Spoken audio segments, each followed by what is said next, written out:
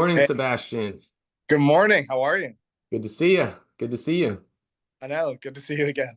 So for the people that follow me on my platforms that are not familiar with you, give me just a really quick background on yourself.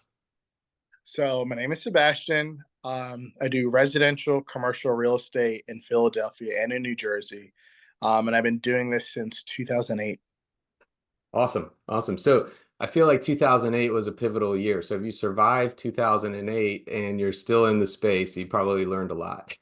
Yes. Yeah, that definitely taught me a lot. COVID taught me a lot. I feel like I lived through too much. You're ready for some good times, I'm sure. Yeah. No, that's great. And for your followers that never aren't familiar with me, my name's Stephen Bowles. I have a life insurance advisory group called Catalyst Advisory. I do life insurance brokerage, and then I also work with high net worth families around wealth transfer.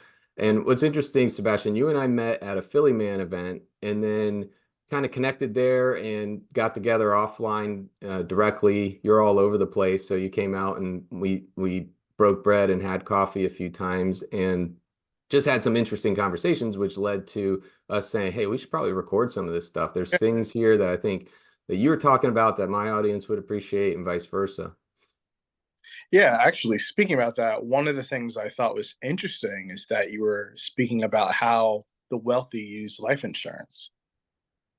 Yeah, it's very different, right? When we were talking about it, excuse me, one of the things that I was mentioning is, life insurance has a certain connotation and how most people use it for protection. We'll talk about that a little bit later, but when it comes to how wealthy people use it, when it comes to the world of estate taxes and wealth transfer, it's just very different. I think one of the questions you said is like, hey, is that term, is that how are people using it? And the reality is when I'm working with a family like that, first off, we're taking a look at their entire estate plan. And then second off, we're saying, okay, what are different ways that we can transfer wealth? And then the very last piece is, okay, now that we've got a plan for transferring wealth, where do we get the liquidity needed for estate taxes? And one of the first places that you get liquidity for estate taxes is from your marketable securities or from your net worth. But many of the wealthy clients that I work with are invested in real estate and operating businesses, two very illiquid asset classes. And so we look at, well, how do we use life insurance? And life insurance owned in a trust, and life insurance that's definitely going to be there. So not term, we need something permanent that's going to create liquidity at the time that the liquidity is needed, which is at their passing. Okay. And so that's a big difference versus transferring risk for families every day, which we're going to talk about that in a couple minutes as well. Yeah, I It's, was just gonna bring that up. what's that? Yeah, I was just gonna bring that up. I was like, don't want to forget about that part. Yeah, absolutely. I mean, when I'm working with a family that has a need for life insurance, which is most families, frankly. I mean, you think about the clients that you work with, they're coming to settlement table, they're taking on a lot of debt. Then all of a sudden they sit there and go, okay, well, what happens if something happens to me? What happens to the debt? Well, the debt exists, right? So there's always this need to sit there and say, how much risk do I want to assume versus how much risk do I want to transfer? And so when I'm working with families, I'd sit there and say, okay, let's define that out. Do you want to assume certain risks? Do you want to transfer certain risks? So for some families, that is simply like, hey, I want to make sure my debts are covered. So mortgages, school debt, school loans, some of those things. And for others, it's that plus I want to make sure that there's an income replacement portion if my household were to lose me.